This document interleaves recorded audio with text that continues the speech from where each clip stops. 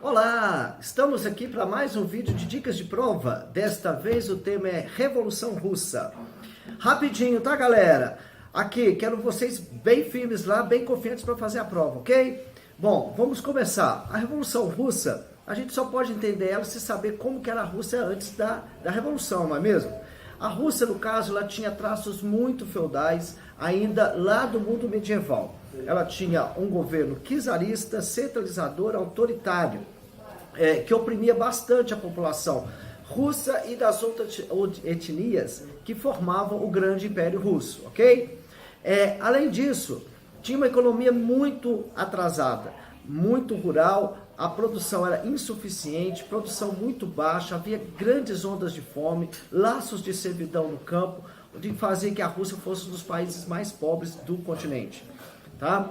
Além disso, você tem uma política deliberada de perseguição política, a censura à imprensa, prisões arbitrárias, feitas por uma polícia bastante agressiva que era a Ucrânia. Esse governo, ele, no entanto, ele vai sofrer modificações a partir do final do século XIX.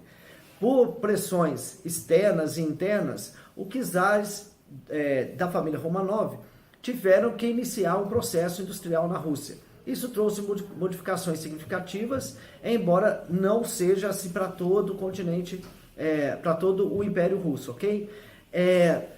Essas reformas trouxeram uma incipiente industrialização, criou uma pequena classe operária e vai se formando áreas urbanizadas. Nesses lugares é que vai nascer a semente para a Revolução Russa. Operários vão começar a se organizar para buscar seus direitos alimentados pela ideologia comunista. Tá bem?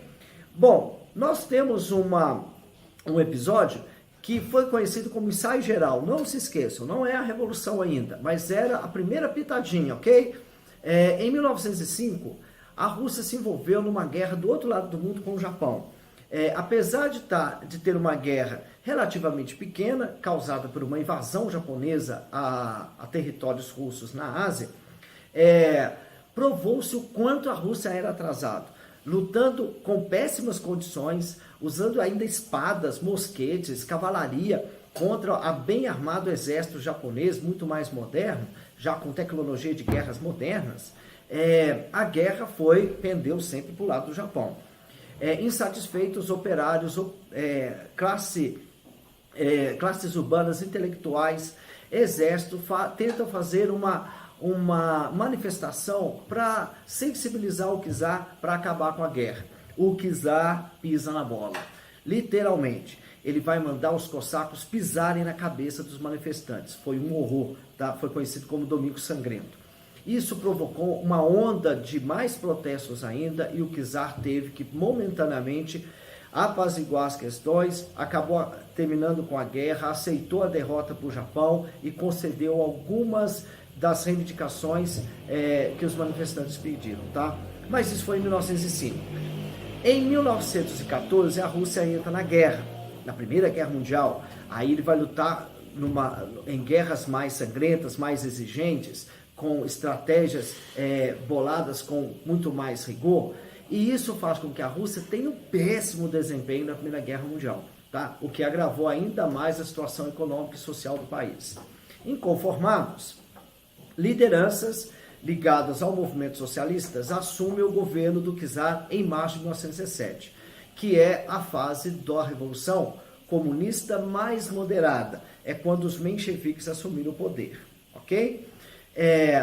Uma dica, não vai esquecer, mencheviques e bolcheviques, não se esqueçam, mencheviques são comunistas moderados, bolcheviques são radicais, comunistas, né, mas querem uma revolução aqui e agora, ok? Não vai esquecer, não vai confundir os dois.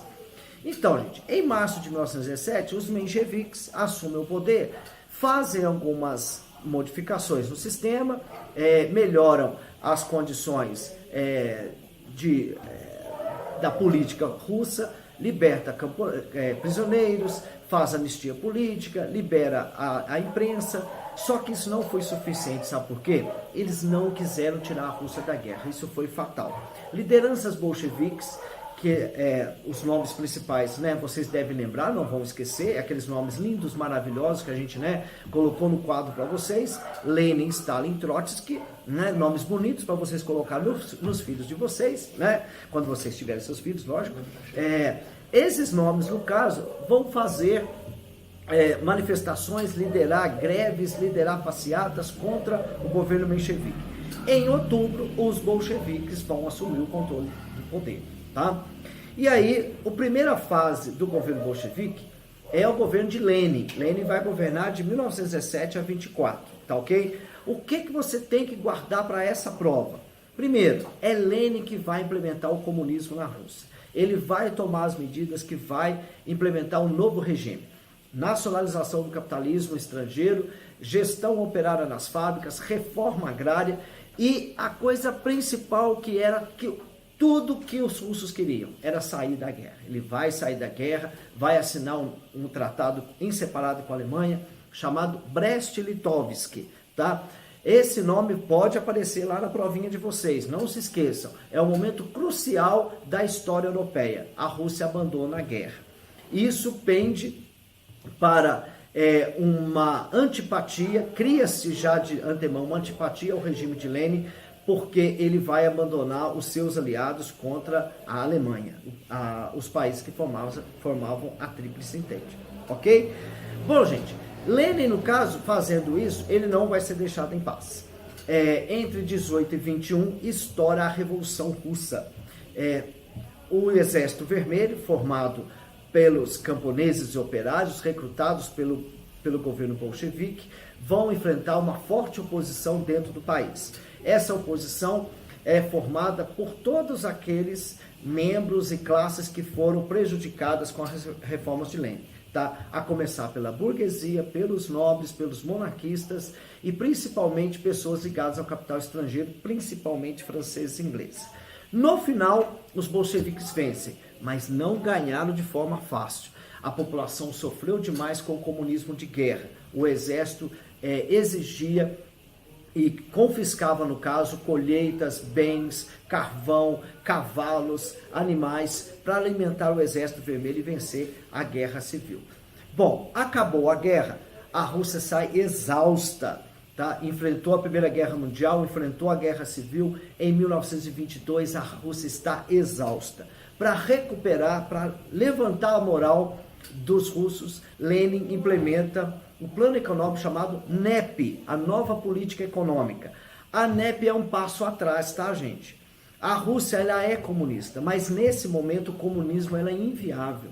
Por isso o Lenin teve que voltar atrás e permitir o surgimento de um mercado livre, assalariados, teve que emitir dinheiro para conseguir alavancar pequenas empresas, tá? Ou seja, ele teve que permitir um passo atrás.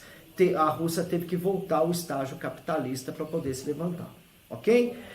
A NEP foi um sucesso. A NEP consegue levantar a economia russa. Em 1924, quando o Lenin morre, a NEP já tinha conseguido recuperar os números econômicos na Rússia de 1914, ou seja, o ano imediatamente anterior à Primeira Guerra Mundial, ou seja, foi um grande sucesso. Bom, a partir daí, para encerrar, lembrar vocês que Lenin morreu em 1924 e houve uma disputa pelo poder entre os dois líderes bolcheviques, Trotsky e Stalin. Os dois tinham visões diferentes do qual seria o caminho para a Rússia daí em diante. Stalin achava que o governo tinha que se fechar, a Rússia tinha que se fechar, fazer uma revolução de um só país, implementar o comunismo que ainda não existia. Trotsky, ao contrário, ele queria a revolução mundial. Ele acreditava que enquanto o capitalismo houvesse no mundo, né, ainda vigente no mundo, a Rússia não estaria em paz, ela estaria em perigo. Ele tirava essas ideias, essa teoria, por causa da guerra civil, né, que foi movida por capitais estrangeiros dentro da Rússia, e ele acreditava então que era preciso ajudar operários a fazer revolução no mundo inteiro. Final, o que que deu? Stalin assumiu, tá? Mas aí a gente encerra aqui. Espero que vocês tenham gostado do vídeo, espero que as dicas tenham sido boas e eu desejo uma ótima sorte para você. Aquele abraço, Gustavo. Essa é para você, meu colega, meu amigo. Abraço, hein?